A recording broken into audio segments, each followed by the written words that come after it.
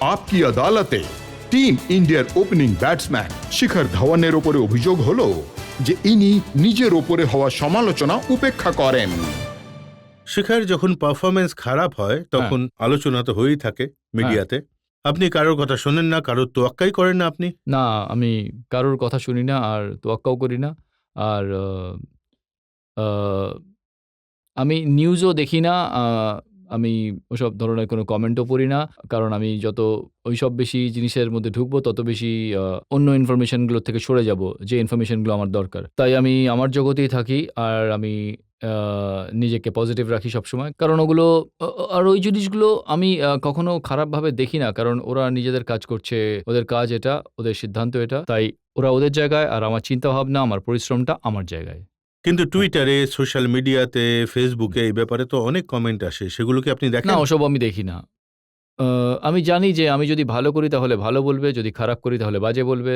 তাই তাই এতে এতে আমার কোনো নতুন কিছু মনে হয় না। প্রথম এরকম ছিল, একটু আধটু দেখতাম। কিন্তু তারপর ইউ ওভারগ্রো উইথ থিংস। আর এখন আমার এসব দেখার দরকার পড়ে না। তাহলে কাউকে তোয়াক্কা করেন না? না, তোয়াক্কা না। মানে আ আমি চিন্তামুক্ত। অসাবধান নই, আমি চিন্তামুক্ত। আপনি বাজে পারফরমেন্স করলে আপনার ওয়াইফ তো নিশ্চয়ই হ্যাঁ, বকা দেন নাকি? অবশ্যই।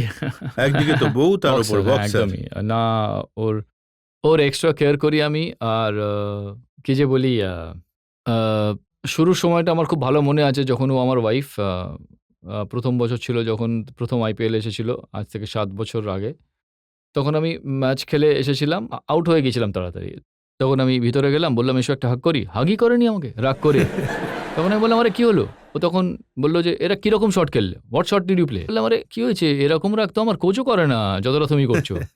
তখন আমি বললাম, "আরে এ তো বেশি বাড়াবাড়ি সিচুয়েশন হয়ে গেল। গ্রাউন্ডেও আমি নেই।" বললাম, "আরে একজনকে তো রিল্যাক্স করতে হবে।" তারপর ও ব্যাপারটা বুঝলো যে না, ওকে সাপোর্ট করাটা দরকার। আচ্ছা, এই বক্সার ওয়াইফকে খুঁজে পেলেন কোত্থেকে? বক্সার ওয়াইফকে অনেক কঠোর পরিশ্রম করে খুঁজে পেয়েছি। আ ফেসবুকে ওর সঙ্গে আমার আলাপ হয়েছিল। আর আমি বিলিভ করতাম না যে ইন্টারনেট থেকেও ভালোবাসা হয়। আর ভালোবাসা হয়ে গেল। তারপর সিদ্ধান্ত নিলাম যে এবার বিয়ে করতে হবে। ব্যাস, তারপর আর কি? বিয়ে করে নিলাম। ব্যাস হয়ে গেল। তাহলে তো রোম্যান্স করতে অসুবিধে হতো, কারণ আপনার ইংরেজি দুর্বল, উনি হিন্দি বলতে হ্যাঁ। পারেন না।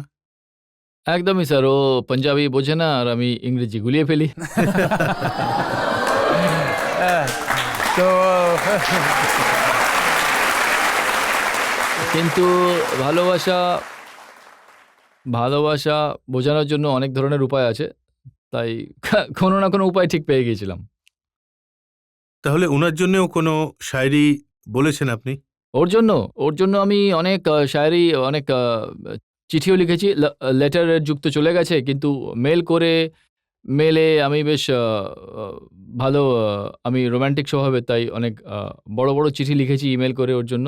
হ্যাঁ, এইসব করেছি আরকি আমি। তাহলে এখনো কি রোম্যান্স চলছে? এখনো কি লেখেন? না, এখন কখনো যদি আমি ভালো কোনো শায়রি শুনি, আমি সেটা পাস অন করে দিই। না হলে কোনো ভালো গান শুনলে রোমান্টিক, সেটা আমি ওকে ফরওয়ার্ড করে দিই। লিখে দিই, ফর ইউ হানি। যাক, যারা প্রশ্ন করতে চান। হ্যাঁ, স্যার, হ্যাঁ। আমরা সবাই জানি যে লাস্ট ওয়ার্ল্ড কাপে আপনার খুব বাজেভাবে ইনজুরি হয়েছিল। তো সেই ইনজুরিটা ওভারকাম করতে আর ট্যুরটা শেষ করতে না পারার জন্য আপনার কেমন লেগেছিল? যখন ওটা হয়েছিল তখন অবশ্যই আমার খুব কষ্ট হয়েছিল। But I am emotionally very, very strong. তাই এরকমটা হয় না যেকোনো জিনিস আমাকে খুব বেশি ডাউন করে দেয় বা খুব বেশি আনন্দ দেয়। I always make sure that I am very balanced. কিন্তু আমার একটু কষ্ট হয়েছিল ওটা হওয়াতে। But that's again part and parcel of the field. খেলতে গেলে চোট লাগতেই পারে। এটা আমার উল্টে ৮ বা ৯ নম্বর ফ্র্যাকচার ছিল। আর ওটা হলো, আর তারপরে আমি জানতাম যে আমাকে ফিরে যেতে হবে। তাই আমি আবার ফিরে এলাম। কিন্তু আ আ আ আমার আনন্দ হচ্ছিল যে যতদিন আমি ওখানে ছিলাম, আমার পক্ষে টিমের জন্য যতটা করা সম্ভব ছিল, যতটা জোর ছিল, আমি সেটা করেছি ওখানে গিয়ে। ব্যাস। Thank you sir. Thank you. Dhoni অন্যের মস্তিষ্ক খুব সহজেই পড়ে ফেলেন। হ্যাঁ, একদম ঠিকই বলেছেন। এটা এ একটা বড় লিডারের কোয়ালিটি। আর উনি জানেন যে কোনো প্লেয়ারের উপর উনি কতটা বাজি ধরবেন, কোন প্লেয়ারের কি দক্ষতা আছে, কতটা ব্যাকিং করতে হবে ওই প্লেয়ারকে। তাই প্লেয়ার তৈরি করা, উনি জানেন যে একজন প্লেয়ারকে চ্যাম্পিয়ন্স প্লেয়ার কিভাবে তৈরি করতে হয়। তাই আপনি নিশ্চয়ই দেখেছেন যে ধোনি ভাইয়ের যুগে উনি যখন ক্যাপ্টেন ছিলেন তখন কতগুলো টিম জিতেও ছিল আর কত ভালো করেছিল ছেলেরা। উনি তো বড় একজন ফিনিশার, হ্যাঁ। কিন্তু লোকেরা এটা দেখে যে উনি শেষ অবধি টেনশনটা জিয়ে রাখেন। হ্যাঁ, চাইলে তো 2 ওভার আগেই জিততে পারেন, কিন্তু শেষ ওভার অবধি জিয়ে রাখেন। আই গেস যে সাসপেন্সটা শেষ পর্যন্ত সেটার মজাই আলাদা হয়। আর ওনার যাকে এটা তো নয় মজা হলো, বাট ওনার নিজের উপর পুরো বিশ্বাস আছে। আর এটা একটা অনেক বড় কোয়ালিটি যে উনি ওনার নার্ভ পুরো কন্ট্রোলে রাখতে পারেন, তাই একদম শেষ পর্যন্ত নিয়ে যেতে পারেন আর নিজেকে নিজে এতটাই ব্যাক করতে পারেন, তাই ইটস আ বিগ থিং। এতে কোনো সন্দেহ নেই, হুম। ধোনির মতো প্লেয়ার সেটা অনেক বড় ব্যাপার, অনেক বড় একজন প্লেয়ার। আর আপনার সৌভাগ্য যে আপনি ওনার সাথে খেলেছেন। আরো যারা প্রশ্ন করতে চান? আমি কোথাও পড়েছি যে আপনি ভেজিটেরিয়ান হয়ে গেছেন, তো এই ডিসিশনের পেছনে কারণটা কি? হ্যাঁ, থ্যাংক ইউ। আমি ভেজিটেরিয়ান হয়ে গেছি, ১ বছর হয়ে গেছে আমি ভেজিটেরিয়ান হয়েছি। I believe in energy. আর যেমন আমি যার কথা আমি শুনি, যেমন আমি শিবানী দিদি, ব্রহ্মকুমারিজের কথা আমি খুব শুনে চলি। আর ইভেন সদ্গুরুর কথাও আমি খুব শুনে চলি। তাই যখন আমি বুঝতে পারলাম যে ননভেজের এনার্জি যেটা আছে সেটা নেগেটিভ, ওতে ফিয়ার আছে। দেন আই রিয়ালাইজ যে আমি ওই এনার্জি চাই না। তাই আমি ওরকম খাবার খাবো না যেটাতে আমার ওরকম এনার্জি আসুক, ওরকম ইমোশন আসুক। তো ওনারা সবসময় বলেন যে যেমন খাবার তেমনই শরীর। তাই আমি এখন চেষ্টা করি ভেবেচিন্তে খাবার খাই যে কি খাচ্ছি আর কি খাচ্ছি না। আর এটাই ছিল আমার ভেজ খাওয়ার reason. Okay sir, thank thank you. You.